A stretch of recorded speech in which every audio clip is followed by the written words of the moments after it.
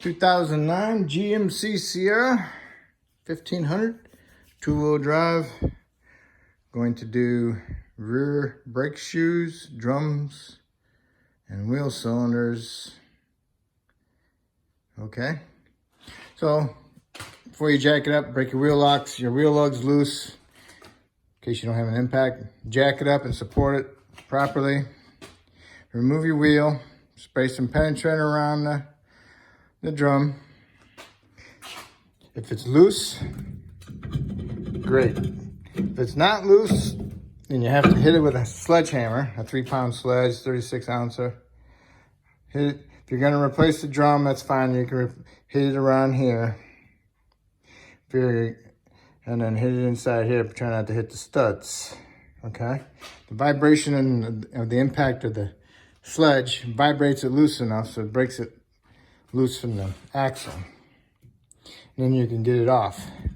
If it comes straight off, that's great. If it's stuck on the rust ridge, then you'll have to go from side to side.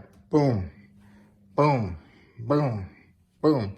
Take a screwdriver in here and pry one side, and then hit this side, boom. And just keep on doing that back and forth, and then pound it back on, and keep doing it back and forth.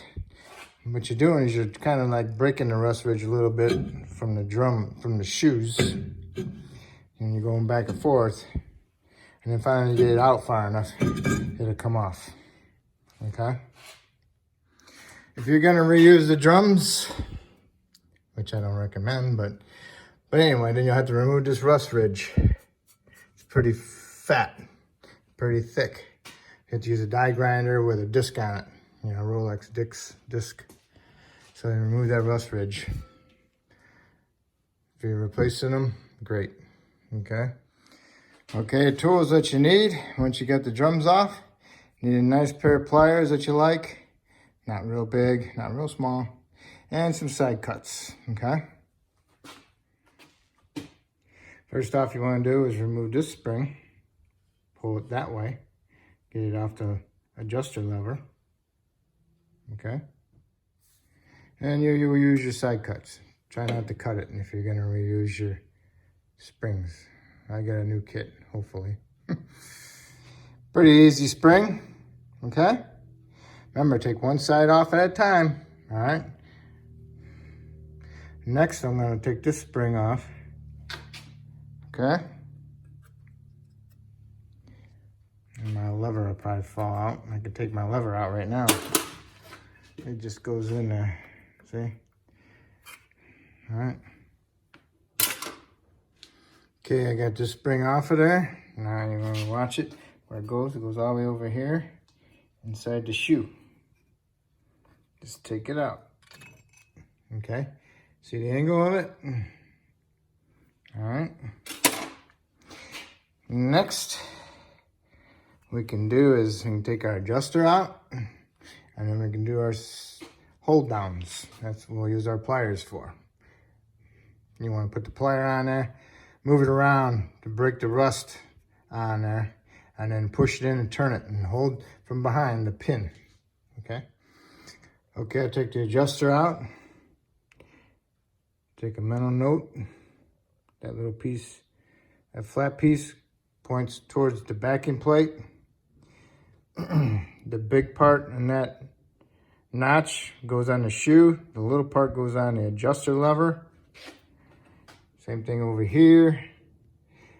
The back notch goes to the shoe, and the long deep one goes on the parking brake lever, okay?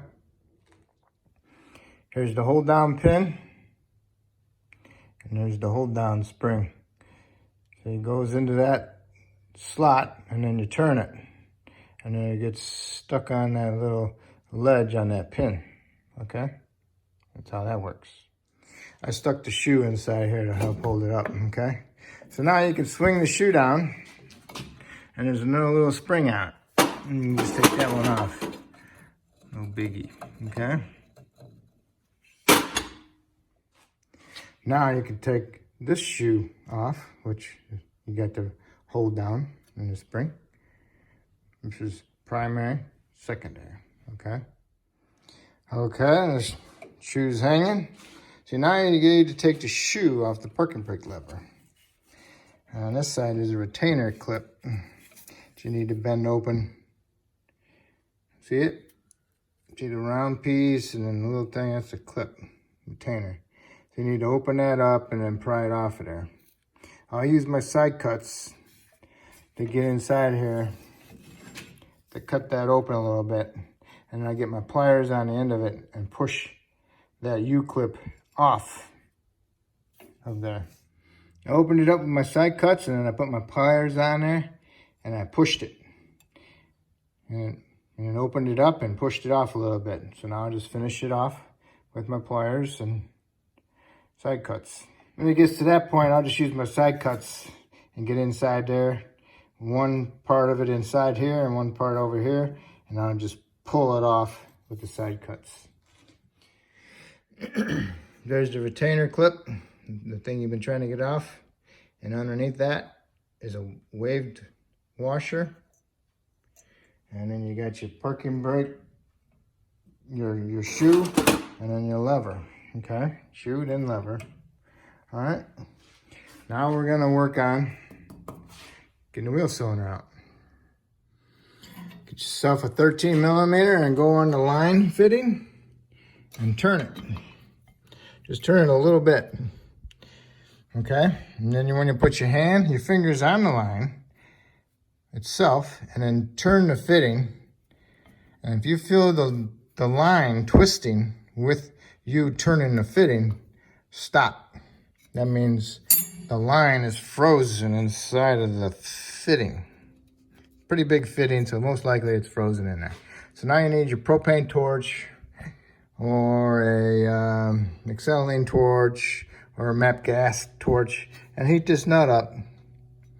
And then every once in a while, put your wrench on there and see if you can turn it without twisting your brake line. Okay?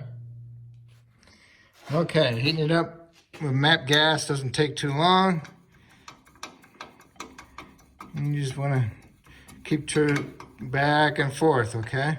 Work it. And then every once in a while, spray with some penetrant, you know?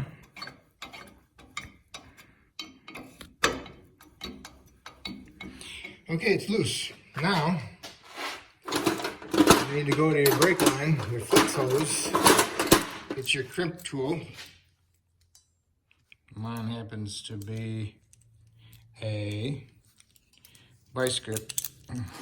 You don't know the vice grip came apart, so I gotta fix it before I go over there. Okay, you don't know those vice grips. You don't want to pinch it totally, you just want to restrict it. And this has separate brake lines going to the right and left, so the one that's on top on the right is the one that goes to the right side. That's the side I'm working on at the moment. So, I'll squeeze it. Hardly squeezing it at all, so gotta tighten it up a little bit. Okay.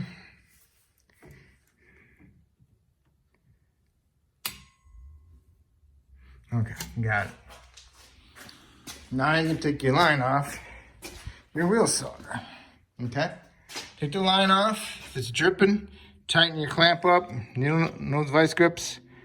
And then you're gonna get your 8 millimeters deep wall on a ratchet and take the 2 bolts that hold the wheel cylinder on off.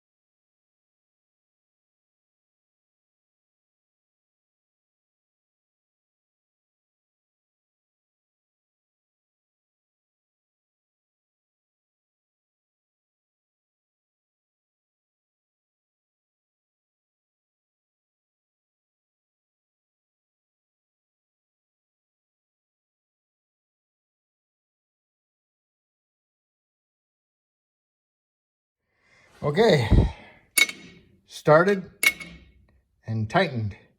That's good. And now you can go take off your clamp and allow the wheel cylinder to start filling up. And then you can put your bleeder screw back in. And then when it starts dripping out, you can snug it up.